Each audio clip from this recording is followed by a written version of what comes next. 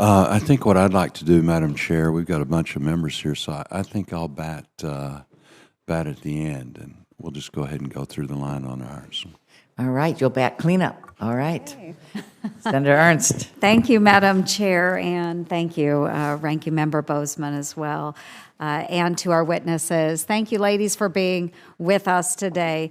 The continued success and growth of Iowa and the ag industry is absolutely dependent on strong trade.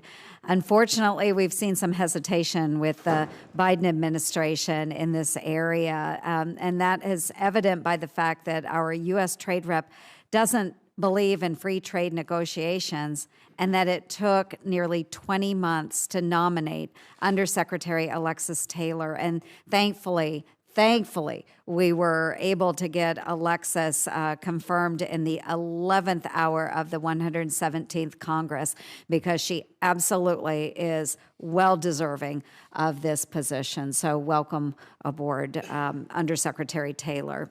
Iowa is the second largest agricultural export state. In 2020 alone, our state generated around $26.2 billion in agricultural cash receipts. Man, that's a lot of money, folks, for the state of Iowa.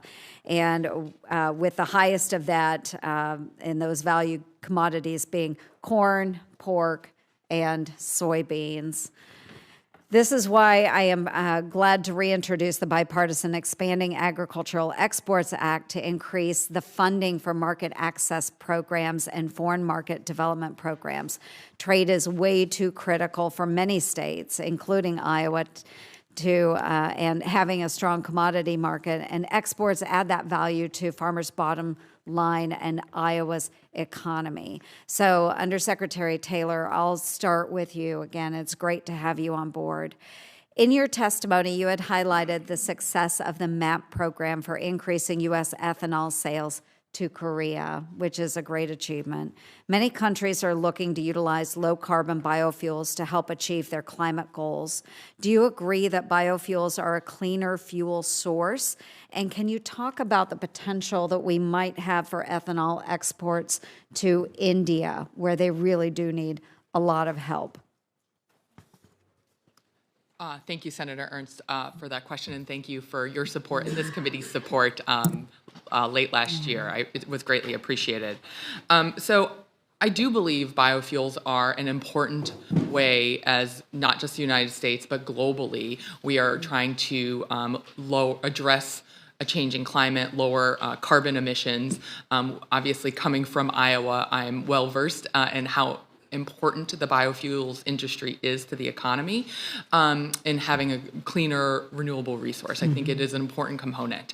It is one we are engaging with trading partners on often and frequently. And so I think within India, I think there are many countries where there are a lot of potential, but also large challenges. I think we are open to working with industry partners, the U.S. Grains Council, to make sure that we are targeting those priority markets, having those conversations at appropriately high senior levels to make sure they know this is truly an important issue as we are navigating not just opening trade, but also addressing carbon reduction globally. Right. No, thank you. And I appreciate that. And as well, the last time that you were in front of the committee, we did discuss the Mexico biotech decree that bans much of our Iowa corn. And Senator Grassley has already spoken to that. But just so folks know, if President AMLO's ban does go into effect, it would cause our overall U.S. economy to lose nearly $74 billion in economic output over a 10-year period. So that's for our awareness, and an outsized portion of that would impact Iowa, which is our top corn-growing state. So I appreciate the attention to that and your work in that area, working with Mexico. Undersecretary Moffett, I want to commend USDA for its efforts in handling highly pathogenic avian influenza and for keeping African swine fever out of the U.S. HPAI, as you know, has been devastating to Iowa's poultry industry, and ASF, it would be the absolute worst case scenario for our, not only Iowa, but all American pork producers. So it really does underscore the importance of the National Animal Disease Preparedness and Response Program that was created in our last Farm Bill in 2018. So I just want to commend you on that. We've got a lot more work to do, and we'll be submitting questions for the record. But I'll yield back. Thank you very much, everyone. Thanks to our witnesses. Thank you.